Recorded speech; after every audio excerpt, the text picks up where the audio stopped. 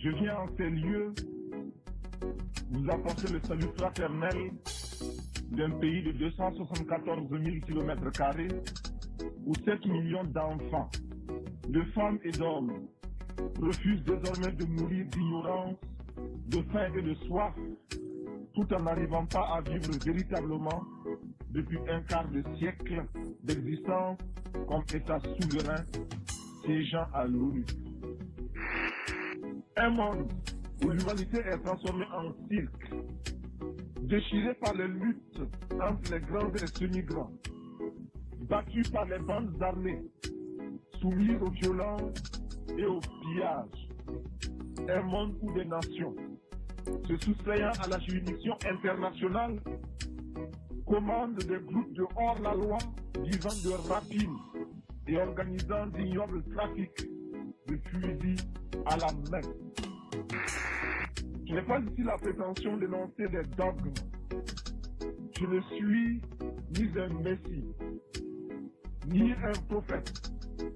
Je ne détiens aucune vérité.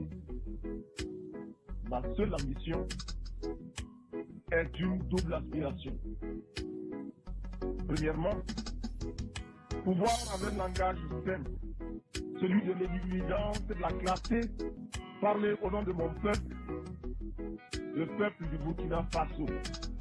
Deuxièmement, parvenir à exprimer aussi, à ma manière, la parole du grand peuple des déshérités, ceux qui appartiennent à ce monde qu'on a malicieusement baptisé tiers-monde. Et dire, même si je n'arrive pas à le faire, comprendre les raisons que nous avons de nous révolter. Nous avons jusqu'ici tendu l'autre jour. Les chiffres ont été redoublés. Mais le cœur du méchant ne s'est pas attendri.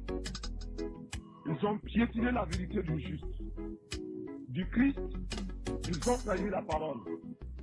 Ils ont transformé sa croix en massue. Et après qu'il se soit revêtu de sa tunique, ils ont lacéré nos corps et nos âmes. Ils ont obscurci son message. Ils l'ont occidentalisé. Cependant que nous le recevions comme libération universelle. Alors, nos yeux se sont ouverts à la lutte des classes.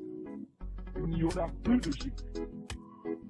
La crainte qui m'habite, c'est de voir les résultats de tant d'énergie confisquée par les prospéros de tout genre pour en faire la baguette destinée à nous renvoyer à un monde d'esclavage maquillé au bout de notre temps. Cette crainte